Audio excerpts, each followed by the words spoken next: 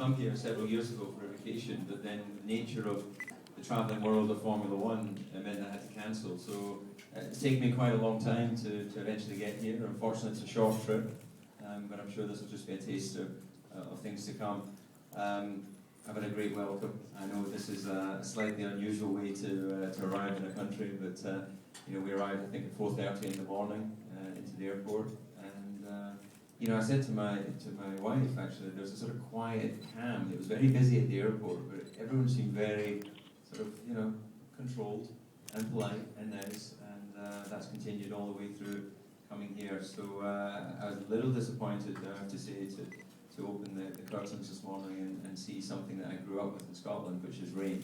I was hoping we could see the sunshine, but I'm told that this is your rainy season right now, and you've got some beautiful weather at other times. But yeah, I'm just curious to get out of the hotel, to travel around a little bit during the course of the day, and meet you know, some of your colleagues. Well, you're talking about your schedule for the day. He just flew in straight from the Singapore Grand Prix, and you have a busy schedule set for you this entire day. Kindly share with them what you expect to happen today.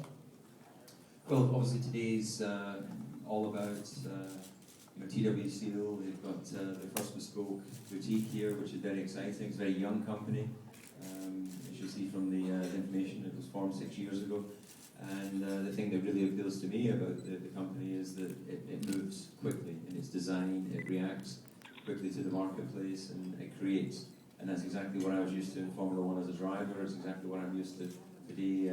You know, I still compete in German touring cars with Mercedes, and I work with the BBC as part of the broadcasting team for Formula One. And you know, live television, you have to be, you know, ready to react, and as you know, you know, deal with situations as they come up. And so for me, it would never work to have an association with a company that sort of think just year to year, or you know, all of that sort of thing. Of course, you need long-term planning, but you know, I like to be able to have a, you know, a relationship and a partnership that moves quickly, and you know, you set sail in a particular direction. If that's not working, or you know, you need to make some adjustments, then you can change.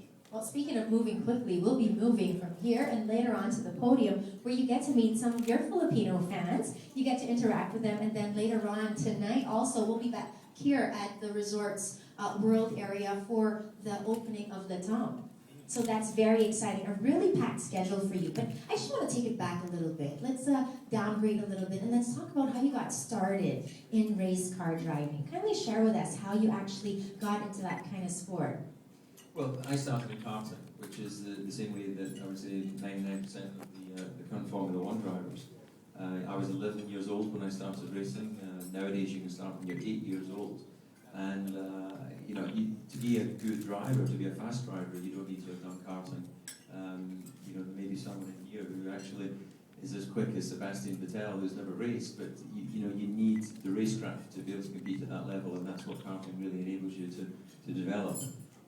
So, you know, karting 11 years old, Formula One at 24 years old, and then I retired when I was 38 from Formula One. So, great journey. I loved every moment of it. I'm a big fan of Formula One, which I understand there's a lot of fans of Formula One here in the Philippines.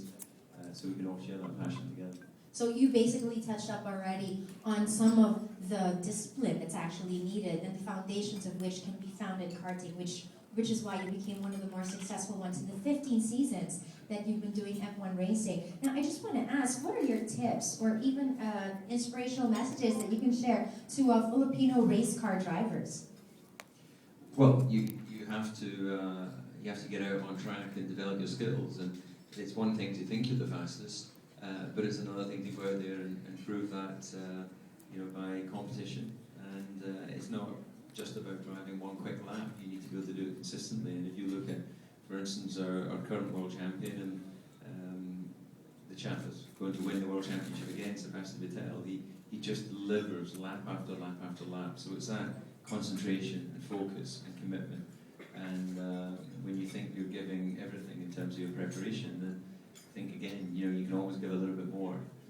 So it's like leaving no stone unturned in your quest to try and be the best. You know, I think that we've got a very good example right now of the most successful driver in Formula One is Michael Schumacher in terms of results: 7 championships, 91 victories. He took 3 years away. He's come back. And in that time, Formula One has moved moved on. And of course, Mercedes Grand Prix is a young team in terms of their ownership, so they don't have the fastest car. But if you look at Michael relative to his young teammate, Nico Rosberg, there's just a little gap at the moment. And that gap might maybe only be 1/10 of a second around a 5-kilometre track.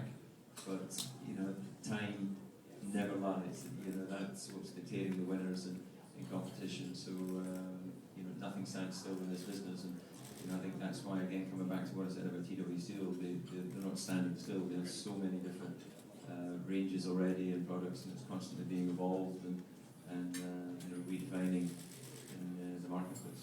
Well, you talk about TW Steel, and obviously I see the passion that you have with this brand, and for your line particularly, but how did you feel when you were actually approached by TW Steel to be a brand ambassador? Well, I was aware of the brand through their early move into motorsport through A1GP. You know, I say I'm a fan of motorsport, so of course I'm buying the magazines and looking at the websites and you know, following what's happening in the industry. So pretty much as soon as they became involved in motorsport, I was aware of them. And you know, fortune favours the brave, and you know, TW Steel, they're a brave company, a bold company. They're not shy to put themselves forward and say, hey, here we are. And I think that you just need to look at the reaction from the marketplace in a very short space of time, see how the company is growing. So even before I had the opportunity to meet with them and you know, discuss working together, I was aware of the brand, which I think is, you know, when you consider how many watch brands there are out there in the world, you know, that's a pretty big statement that they've been able to put their fingerprints, especially in our sport, through Formula One, through the other things they've been involved in. So it seems that your relationship with TW Steel is really deep-rooted and deep-seated. It's not just you being an ambassador and speaking about the product itself, but you are somehow involved also, and you have a deep collaboration with this brand, am I correct?